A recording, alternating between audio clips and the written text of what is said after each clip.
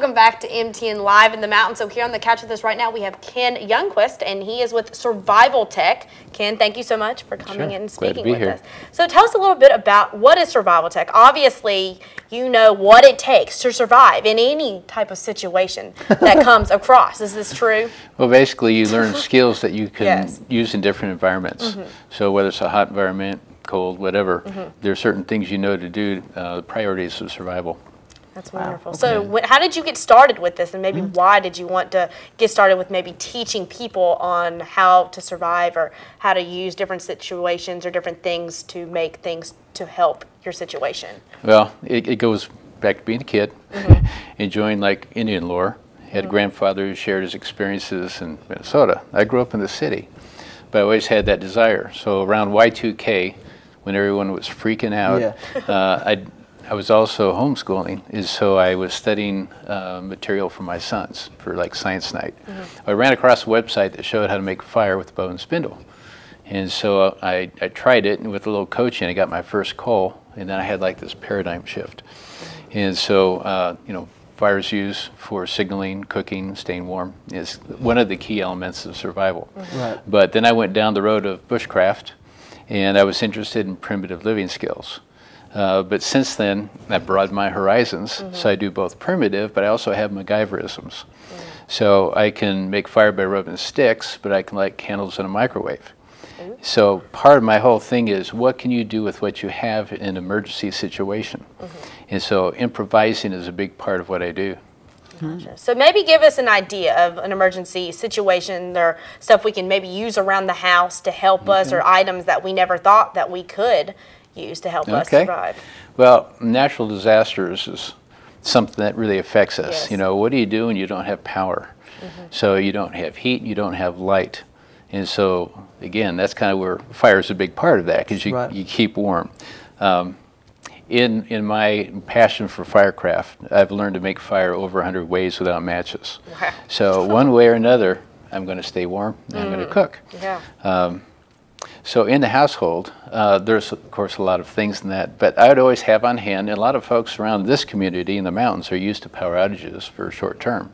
So they probably have oil lamps, you know, batteries, powered radios, and keep track of weather and that kind of thing. But to improvise, you can also use like a can of lard. You can put a wick in that and light it, and it'll last for days. So you can have both light and heat. If with a wider wick, you can actually cook with it. In terms of water, there's water resources like within your building. Like the whole system of pipes in your house is a reservoir. And so you can draw that from the lowest point in the building by opening a faucet, collecting the water. There's water in your water heater. Even the tank behind your toilet is clean water. I don't know if would you drink the water? Like, would you personally drink the water out of the back of the toilet if you absolutely had to? Oh, if you had to, sure. I mean, you want to stay alive. I'm sure. I was asking, I mean, it's in the back of the toilet. But there's ways to purify water. One of the ways is called the SOTUS method, and that is you can fill a plastic bottle with water and you leave it in the sun for 6 to 8 hours, and that will purify and kill the germs. And of course, if you boil water, say, for 5 minutes, you kill the germs as well. So that's kind of the quickest method, is if you have a vessel, you can do that. Now, when you did you have any kind of interest in this when you were a little kid? You said you grew up in the city, but was there like Boy Scouts or anything at that time where you were like, you know what, this is something I'm pretty interested in? Well, I did belong to a boys club through my church. But a lot of what I've learned actually has been in my adulthood. And the web is a huge resource. So it was mostly internet. That but it's one thing to read it and talk about, it's another to do it. To try it. And so now my website is survivaltech.com, and it's 5 years worth of weekly blogs. And so for the person, it's Survival TEK, by the way.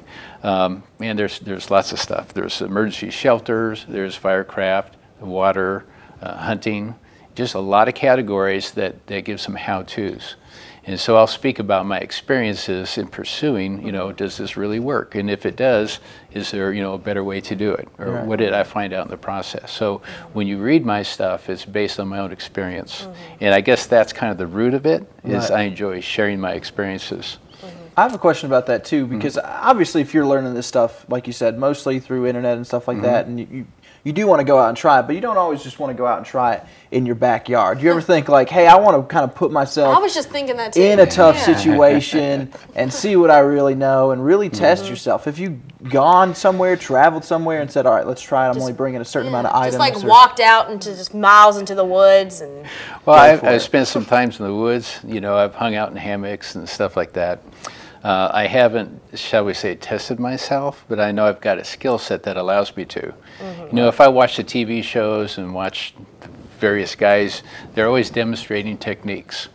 And pretty much I've done most of what I see on TV. Right. And some things are easier to do, but they try to show a variety or different methods.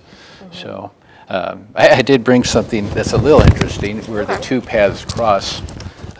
I have in my hand some arrowheads that I made. Okay. And you made these? Yes, I made these. They are, it's a primitive skill with a modern material. These are beer bottle bottoms. Oh, you made these out, oh my gosh. Yeah. How do you, I don't know if you can see that. Well, flint knapping, there's two avenues. One is where you use a billet to do like the major forming, and then there's pressure flaking that makes the more refined flakes. Oh, okay. But then these, of course, be put on a shaft, used for hunting. But you can also, I have skinned deer using the bottom of a beer bottle. There's ways that you can take the bottom out by hand, and you can see it on my website. There's a video.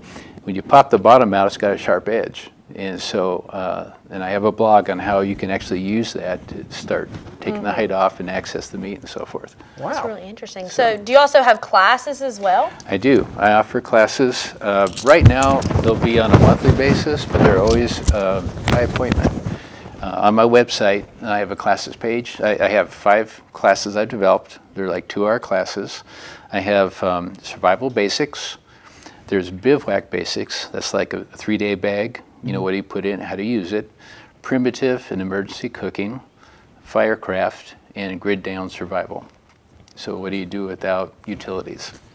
Wow. Are you good with obviously like going into the woods and knowing maybe like what plants are, or like berries or anything, like what is good to eat and what is not good to eat? Or like if you're stranded out in the woods and you don't have anything to Well, I nourish do yourself. have a page on edibles, and I probably have a dozen different plants there. Okay. Things that you probably recognize from your front yard, in fact. Some of the plants are both edible and medicinal. So like willow bark would be like aspirin, elements of that. So interesting. And plantain you can use on like bee stings, that kind of thing. Okay. But you'd be surprised what you can eat. But usually you don't see them in the store because they may tend to be bitter. So what I do is when I walk through the woods, I recognize edible plant. I'll sample it, chew on it, and acclimate myself. So if I ever get stranded, I'm not going to freak out. Just like I'm acquainted with as my friend, and so it's good. Okay. So there is a plant out there that can take the place of like Tylenol or Advil if you have a headache. Yes. That is so interesting. That's and pretty cool. people don't know about that. No, I had no idea. That's pretty cool. Is there? Well, I want to know real quick too, if you're going out camping or something like that, what are some basic items you feel like someone should bring with them just in case of... Well, maybe I could start by saying the survival basics. Okay. You can last 3 minutes without air. In extreme climates, like the Arctic Ocean, maybe 3 hours without shelter, 3 days without water, and 30 days without food. So food is pretty low on the priority scale in terms of survival, but it does give you strength, it helps you have a clear mind. So it seems that in most circumstances, hypothermia in North America here is what we have to battle. You don't want to get cold. So shelter is really high on the priority scale. If you're going camping, you know, you always want to, if you go in the woods, take a jacket with you because weather can turn so quick. But probably the number one thing I carry would be a knife because it's a utility tool.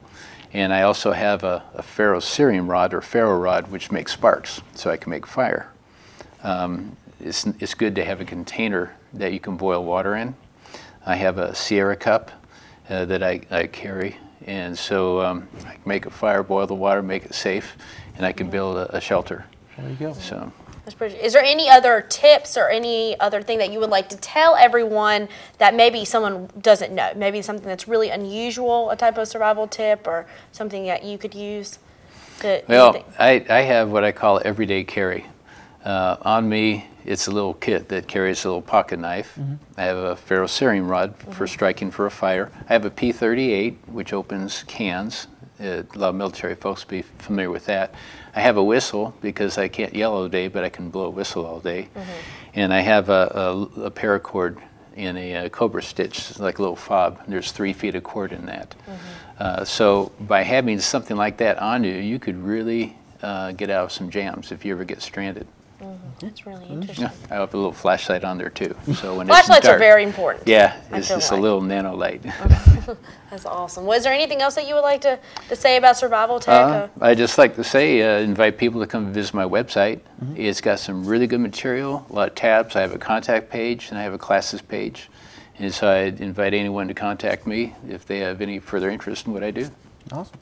Really cool. Well, we appreciate you coming on and speaking with us today. Thank you. Seems like some really interesting things that you guys can go out and check out on that website too. And tell us what our website is one more time.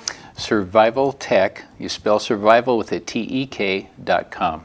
All right. It's pretty simple. And can anyone, is your number or anything on there as well? So I have email. Email. Info. You're an email guy. Okay. info@survivaltech.com. Awesome. Well, thank you so much for coming and talking about these very interesting things. And so now if we're stranded out in the woods or anything like that, or we know what to do, especially if we have a power outage as well.